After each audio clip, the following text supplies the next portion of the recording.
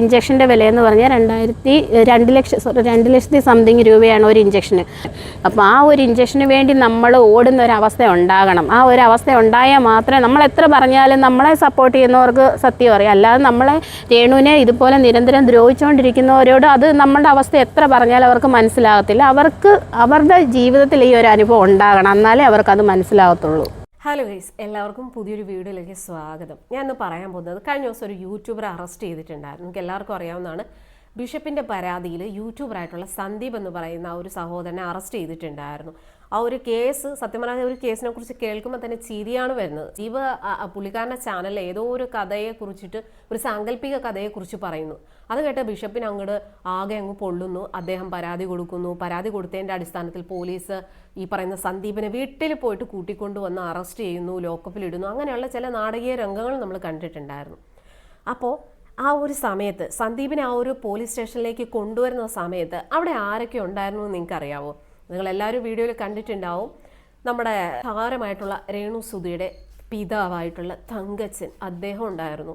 പിന്നെ രേണുവിൻ്റെ സഹോദരി ഉണ്ടായിരുന്നു, സഹോദരി ഭർത്താവ് ഉണ്ടായിരുന്നു, ബിഷപ്പ് ഉണ്ടായിരുന്നു.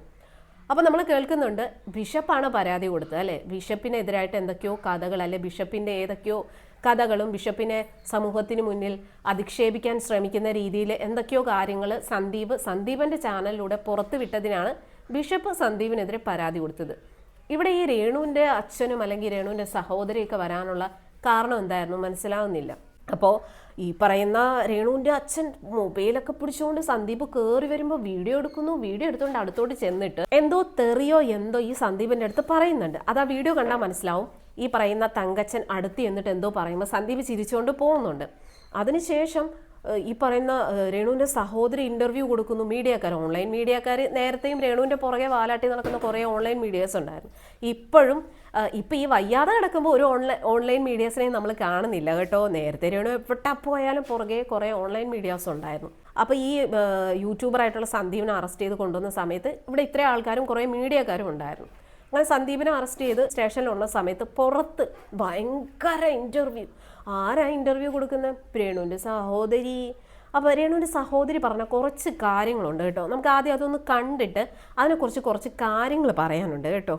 ഞങ്ങൾ അതുകൊണ്ട് അന്നും ആ ബില്ലിൻ്റെ കാര്യം, കാരണം ഇത് നമുക്ക് നമ്മുടെ സാഹചര്യം വെച്ച് നോക്കുമ്പോൾ നമ്മുടെ കാര്യത്തിൽ എന്ത് ട്രീറ്റ്മെൻറ്റ് എന്തൊക്കെ വന്ന് നമ്മളത് എല്ലാവരെയും ബോധിപ്പിക്കേണ്ട അവസ്ഥയാണ്. കാരണം എന്താണെന്ന് വെച്ചാൽ ഈ ഒരു മെഡിസിൻ്റെ കാര്യവും അതൊക്കെ ഞങ്ങളിപ്പോൾ അനുഭവിക്കുന്നതുകൊണ്ട് ഞങ്ങൾക്ക് അതിൻ്റെ ആ ബുദ്ധിമുട്ടും അവസ്ഥകളും ഒക്കെ അറിയാം. ഇത് കള്ളത്തരമാണെന്നും ബില്ലിനകത്ത് കള്ളത്തരം കാണിച്ചെന്നൊക്കെ പറയാനുള്ളവരോടും എനിക്കതേ പറയാനുള്ളൂ. അവരുടെ വീട്ടിൽ ഇപ്പം ഞങ്ങളത് അനുഭവിക്കുന്നതുകൊണ്ട് അവരുടെ വീട്ടിൽ ഈ ഒരു അവസ്ഥ വരണം. ഈ 2,02,000 അത്രയും സംതിങ് വില ഒരു മെഡിസിൻ, ഒരു ഇഞ്ചക്ഷന്.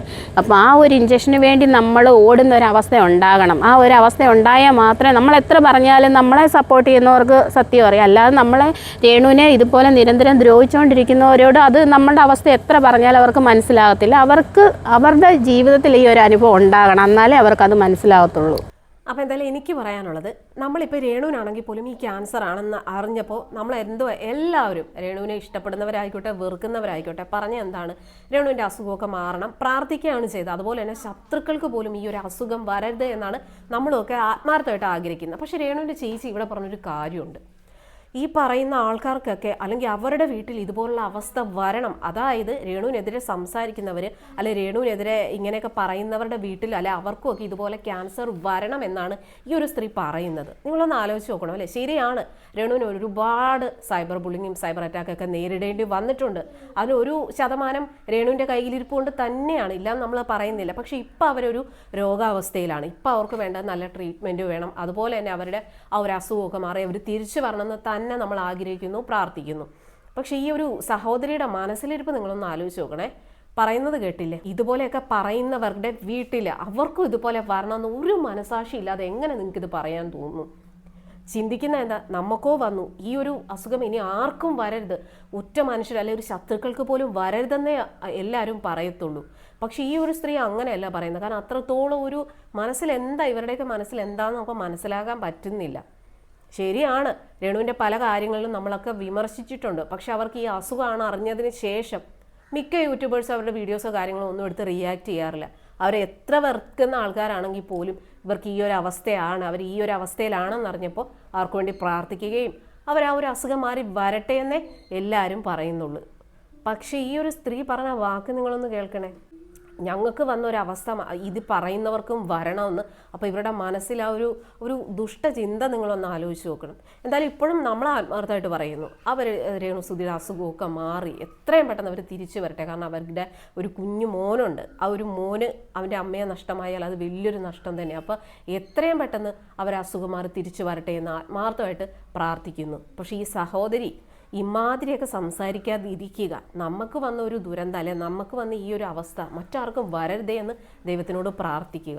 അതാണ് വേണ്ടത്. അല്ലാതെ ഈ ഒരു രീതിയിലൊന്നും ദൈവം സംസാരിക്കാതിരിക്കുക. എങ്ങനെ തോന്നുന്നു ഈ ഒരു രീതിയിലൊക്കെ സംസാരിക്കാനായിട്ട്? ഇപ്പോൾ നമ്മൾ വീഡിയോസ് ഒക്കെ ചെയ്യുന്ന സമയത്ത് പല ആൾക്കാരും, അതായത് രേണുവിനെ സപ്പോർട്ട് ചെയ്യുന്ന പല ആൾക്കാരും വന്ന് കമൻ്റ് ഇടുന്നത് എന്താണെന്നറിയാവോ?